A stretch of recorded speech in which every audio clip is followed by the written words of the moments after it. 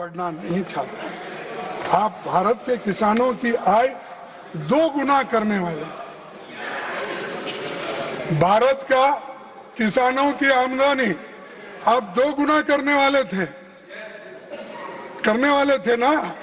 तो इसीलिए आप अमेरिका से दोस्ती करके, और अमेरिका जो आपके पास भेज रहा है 0% टैरिफ, और कभी भी कोई भी कहां भी कैसा भी सामान हो वो भेज सकता है, उसको कोई क्वेश्चन नहीं कर सकता।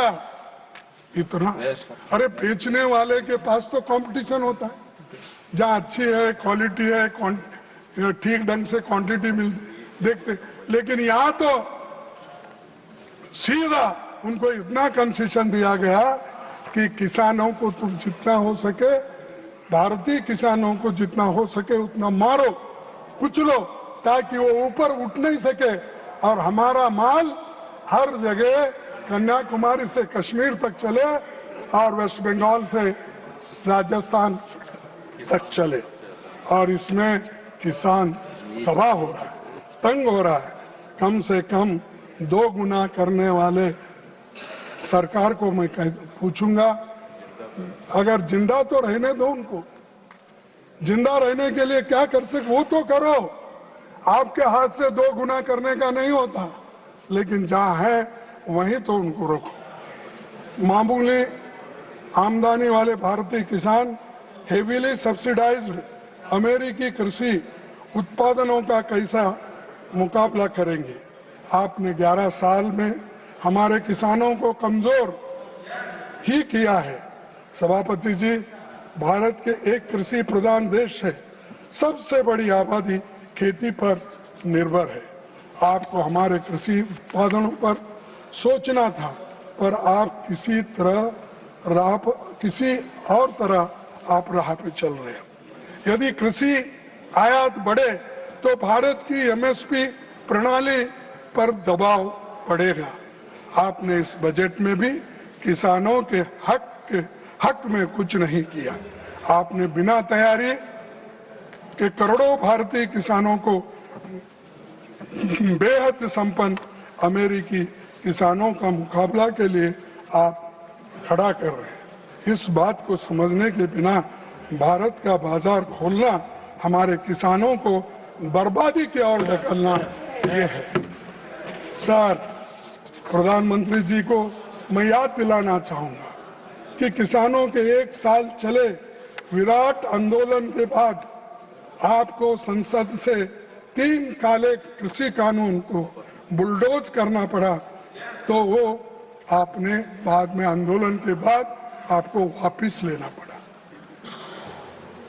और ये काले कानून वापस लेने के बाद भी आप फिर ये गलती कर रहे हो, अमेरिका के गले जाके कर रहे। ये मेरा फ्रेंड है, मैं सुबह उठते ही चाय पे गपछुप करते हैं, वो करते हैं, क्या क्या की बातें बोले। हाँ, और मेरा दोस्त है और उसे चुनाव में गए, हारे। हाँ, तो ये सब होने के बावजूद भी एक बार फिर से किसान आंदोलन उठेगा, और वो लोग जब रास्ते पे उतरेंगे तो आप कहीं के नहीं रहेंगे। आपको जैसा वो वापस लिए, ये सब चीजें आपको वापस लेना पड़ेगी। सर, आखिरी चीज मैं आपके सामने बताना चाहता हूं, सभापति, ये किसान विरोधी ट्रेड डील है। बहुत सी डील विफल विदेश का नीति का नतीजा है। प्रधानमंत्री जी, जबरन गले मिलने, विनय नोता शादी सम्मेलन में शामिल होने और दूसरे देशों के चुनाव में प्रचार करने से देश को आखिरी क्या मिलेगा। विश्व मंच पर अमेरिका बार बार भारत का अपमान करता है। राष्ट्रपति ट्रंप दावा करते हैं कि उन्होंने भारत पाक युद्ध को ट्रेड की धमकी से रोका, और मोदी जी ने उन्हें खुश करने के लिए रूसी तेल आयात घटाया, बंद कर दिया। अब ट्रंप घोषणा कर देते हैं कि भारत वेनेजुला से तेल खरीदेंगे, वेनेजुला से तेल अरे आप जहां बोल रहे हैं वहां ही खरीदना, आप किसके दुकान पे जाओ तो उसी पे जाना। ये मोदी जी की जो झुके हैं, टिकरे घोटे हैं और नाक रगड़ रहे हैं, ये गलत है।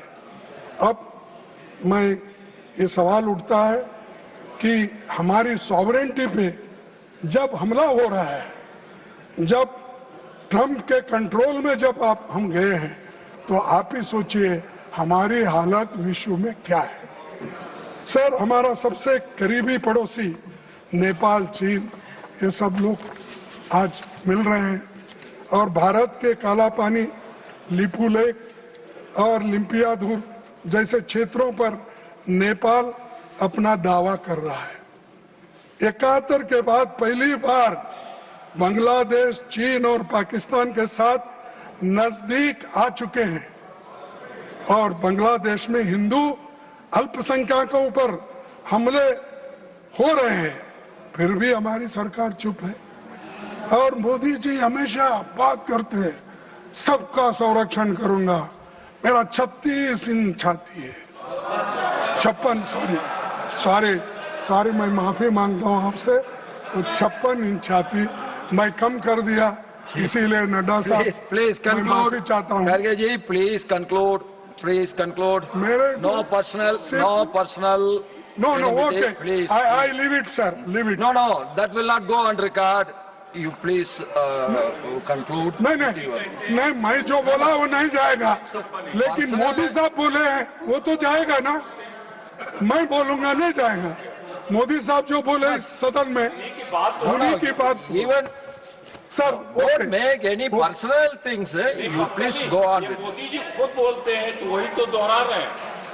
और हिंदू अल्पसंख्यकों पर जो वहां पर अन्याय हो रहा है, अत्याचार हो रहे हैं, इसको रोको और कहो कि भाई ऐसी चीजें हम बर्दाश्त नहीं करेंगे।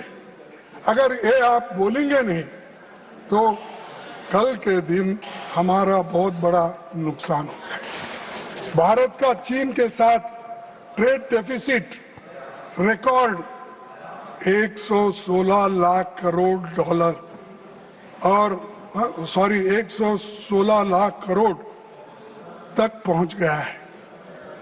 और जो लोग कभी चीन को लाल आंख दिखाने की बातें करते थे, आज वही चीन के लिए ट्रेड का रेड कारपेट बिछा रहे हैं। जबकि चीन गलवान के बाद लद्दाख और अरुणाचल प्रदेश पर दावा ठोकता जा रहा है, भारत के साथ आर्थिक रिश्ते अपनी शर्तों पर तय कर रहा है, ये देश के लिए नुकसान है। ये मजबूती नहीं, ये स्ट्रैटेजिक सरेंडर है और देश इसकी कीमत चुका रहा है।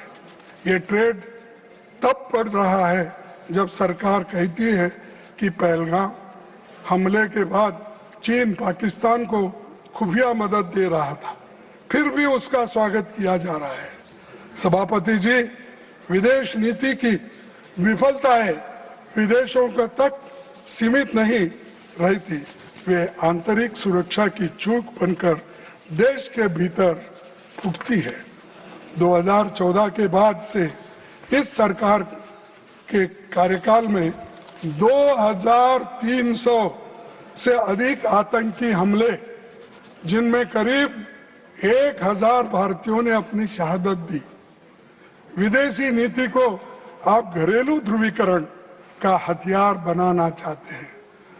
चुनावी लाभ के लिए ऐसा दुरुपयोग लोकतंत्र और विदेश नीति के लिए खतरनाक है।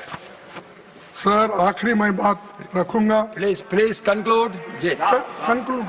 कंक्लूड इसके बाद आप बोले तो नहीं बोलूंगा। Please conclude. सर, सभापति जी, मैं अंत में इस सरकार से जानना चाहता हूं कि वे किस प्रकार का भारत बनाना चाहते हैं। प्रतिकात्मक भारत या वास्तविक लोकतांत्रिक समाजवादी धर्मनिरपेक्ष और संप्रभु का सॉवरेन भारत। न्याय, स्वतंत्रता, समानता और बंधु प्रेम के सिद्धांतों वाले भारत से उनका परहेज दिखाई दे रहा है। सर, टैक्स पेयर के पैसे से किए गए भव्य आयोजन और प्रोपेगेंडा जनता को थोड़े समय के लिए गुमराह कर सकते हैं, पर आपने गरीब, महिला, वंचित, दलित, आदिवासी, अल्पसंख्यक, पिछड़े वर्ग